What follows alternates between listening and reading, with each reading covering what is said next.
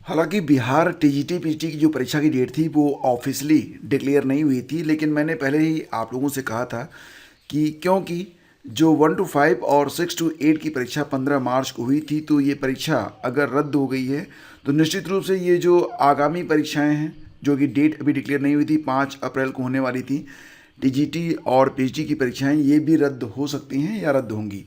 तो फिलहाल इसके बारे में एक ऑफिशियल डिक्लेरेशन यहाँ पर आ चुका है, और इसमें जो प्रेषक हैं रवि भूषण, ये सचिव हैं बिहार लोक सेवा आयोग के, इन्होंने सभी जिलाधिकारियों को ये सूचना भेज दी है कि 5 अप्रैल को आयोजित होने वाली जो अध्यापक नियुक्ति प्रतियोगिता परीक्षा थी टीआरई 3.0, वो स्थगित कर दी गई है। तो इसमें टीजीटी पीजीटी, जिसे आप यूपी में कहते हैं, मतलब 9, 10 और 11, 12 की सभी परीक्षाएं करवाई जानी थी, और अब ये सभी परीक्षाएं जो हैं फिलहाल तो स्थगित कर दी गई हैं, पोस्टपोन कर दी गई हैं। नई डेट्स अभी जो हैं वो जारी नहीं हुई हैं, और इसके बारे में आज के अखबारों में भी जो जानकारी है वो मिल रही है। फिलहाल दोस्तों यहाँ पर अब ये परीक्षा कब होगी इसके बारे में अभी कोई नई डेट नहीं आई है, लेकिन एक बात तो बिल्कुल तय है कि आगे लोकसभा के चुनाव हैं, और ऐसी स्थिति में परीक्षा का आयोजन करना ये संभव नहीं लग रहा है। फिलहाल अभी जो है चुनाव में सरकारी विद्यालयों और कॉलेजों में पुलिस बल की तैनाती होती है, ऐसे में परीक्षा केंद्र भी मिलना मुश्किल होता है, और माध्यमिक में 1,44,735 और उच्च माध्यमिक में 61,986 अभ्यर्थियों ने आवेदन किया है। तो ये एक बड़ी संख्या है, और अभी जो 1 to 5 और 6 to 8 की परीक्षा भी करवाई जानी है, तो मुझे लग रहा है कि अब ये परीक्षाएँ जो हैं वो चुनाव के बाद ही हो पाएंगी, क्योंकि जो फिलहाल अभी स्थिति है उसको देख के यही लग रहा है। और फिलहाल थोड़ा सा आप लोगों को यहाँ पर इंतज़ार करना पड़ेगा। अब फिलहाल दोस्तों एक बात तो और भी है कि जो परीक्षाएं रद्द हुई हैं, मतलब 1 to 5, 6 to 8, 9 और 12 की जो परीक्षाएं हैं वो एक साथ ही हो पाएंगी, और ये परीक्षाएं उम्मीद है कि अब इलेक्शन के बाद ही होंगी। उम्मीद क्या, बिल्कुल कन्फर्म मान के चलिए, क्योंकि अब चुनाव भी तो बिल्कुल करीब आ गए हैं। तो फिलहाल आगे बढ़ते हैं, कुछ और भी खबरें हमारे पास जो कि आपके लिए इम्पोर्टेंट हैं। बात करेंगे यहाँ पर बीपीएससी पेपर लीक के बारे में। तो जैसा कि आप लोग जानते हैं कि कोई भी पेपर जब छपता है तो कौन से प्रिंटिंग प्रेस पे छप रहा है और उसमें कौन कौन से अधिकारी हैं, मतलब सटीक जानकारी बिना जो है भेदिया के तो नहीं हो सकता है। और इस बार जो जांच चल रही है इसमें दोस्तों आर्थिक अपराध इकाई यानी कि ईओयू की जो टीम है उसने काफ़ी जो है खुलासे किए हैं, और बहुत ही तेज़ गति से वो आगे भी बढ़ रही है। फिलहाल यहाँ पर जो खबर निकल के आ रही है वो निश्चित रूप से आयोग के लिए भी चिंता का विषय है। बीपीएससी कार्यालय भी संदेह के घेरे में है, और ये कहा जा रहा है कि ये जो अभियुक्तों ने पेन ड्राइव में प्रश्न पत्र का सेट लेने की बात कही थी, जब उनसे ये पूछा गया कि यह जानकारी किससे मिली कि कोलकाता के किस प्रिंटिंग प्रेस में प्रश्न पत्र की प्रिंटिंग हो रही है, तो अभियुक्तों ने बीपीएससी के 5 से 6 पदाधिकारियों और कर्मियों से मदद मिलने की बात कही है। कहा कि एक वरीय अधिकारी को बरगला कर इन कर्मियों ने पेन ड्राइव का ओटीपी पा लिया। अब मतलब यहाँ पर स्थिति ये बन रही है कि अभी कई सारे लोगों पर गाज भी गिरने वाली है जो कि बीपीएससी में ही हैं।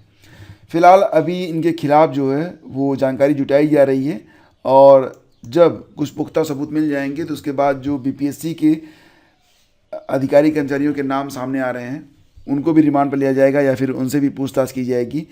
फिलहाल कई सारे खुलासे अभी समय समय पर होते रहेंगे, और निश्चित रूप से यहाँ पर कुछ बड़ी चीज़ें अभी सामने आनी बाकी हैं। फिलहाल ईओयू ने टोल फ्री नंबर जारी किया है 6126122216 और एक ईमेल आईडी दी है cybercell-bih@nasi.in। इसे सार्वजनिक करते हुए लोगों से इससे जुड़ी सूचनाएं शेयर करने की अपील की है। उन्होंने कहा कि प्राप्त सूचनाओं को ग्रहण कर उनकी पड़ताल कर यथोचित कार्रवाई की जाएगी। उत्तर प्रदेश से भी जुड़ रहे पेपर लीक के तार नालंदा, लखीसराय और पटना के सर्वाधिक परीक्षार्थी जो हैं गिरफ्तार हुए हैं। तो ऐसी खबरें निकल के सामने आ रही हैं। और सम्मिलित तकनीकी सेवा भर्ती का अभिलेख परीक्षण डॉक्यूमेंट वेरिफिकेशन वाला जो कार्यक्रम है ये भी जारी हो गया है। 5 अप्रैल से ये कार्यक्रम शुरू होगा और 23 अप्रैल तक चलेगा। कहाँ होगा, तो लखनऊ के कार्यालय में होगा। आयोग के सचिव अवनीश सक्सेना ने बताया है कि अभ्यर्थी आयोग की वेबसाइट से प्रवेश पत्र डाउनलोड कर आवश्यक अभिलेख प्रमाण पत्र और उसकी छायाप्रति, 2 फोटो युक्त पहचान पत्र आदि के साथ निर्धारित समय पर वो मतलब अपने जब उनको टाइम मिलेगा, जिस समय उनको बुलाया गया है तो उस समय वो उपस्थित हों। ठीक है। और इसी के साथ इलाहाबाद हाई कोर्ट में 5 न्यायाधीशों ने ली शपथ और उच्च न्यायालय के मुख्य न्यायाधीश अरुण भंसाली ने गुरुवार को दिलाई शपथ। तो फिलहाल तो ये फर्जी सर्टिफिकेट से नियुक्त शिक्षक की गिरफ्तारी पर रोक। तो यहाँ पर आदेश जो है न्यायमूर्ति सिद्धार्थ और न्यायमूर्ति विनोद दिवाकर की खंडपीठ ने दिया है।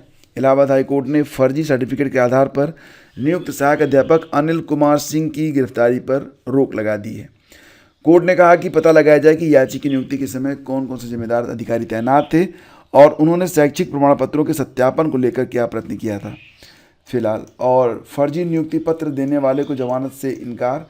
तो ये जो मामला है जौनपुर कोतवाली में दर्ज हुआ है और इसमें अभियुक्त हिमांशु कनौजिया की जमानत अर्जी खारिज करते हुए यह टिप्पणी की है। कोर्ट ने कहा कि यह बेहद दुर्भाग्यपूर्ण है कि देश में बोगस कंसल्टेंट एजेंसियां, फर्जी भर्ती एजेंसियां मशरूम की तरह फैली हुई हैं। इलाहाबाद हाई कोर्ट ने नौकरी देने का झांसा देकर धोखे से लाखों रुपए लेकर फर्जी नियुक्ति पत्र देने के आरोपित हिमांशु कनौजिया को जमानत देने से इनकार कर दिया है। और डिग्री प्रोग्राम से जुड़ी भ्रामक जानकारी देने पर रद्द की मान्यता यूजीसी ने कहा कि दाखिले से पहले आयोग की वेबसाइट में करें जांच।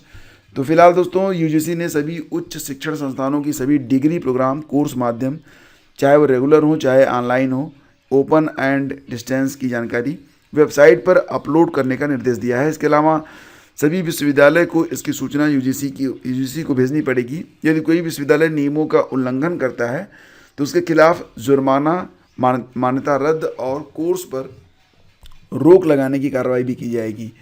सूचना में ऑनलाइन डिग्री और डिस्टेंस लर्निंग मोड से डिग्री की मान्यता को लेकर जानकारी दी गई है। कहा गया कि छात्रों को विश्वविद्यालय, कॉलेज और उच्च शिक्षण संस्थान में दाखिला लेने के पहले यूजीसी की वेबसाइट पर संबंधित संस्थान, कोर्स और प्रोग्राम की मान्यता जांच लेनी चाहिए।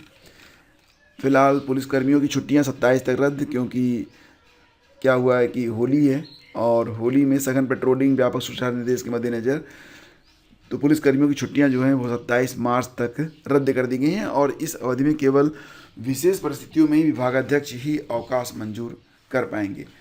तो फिलहाल दोस्तों ये थी आज की news update. Thank you so much for watching the video. मिलते हैं आपसे अगले वीडियो में। आज्ञा दीजिए। नमस्कार। जय हिंद।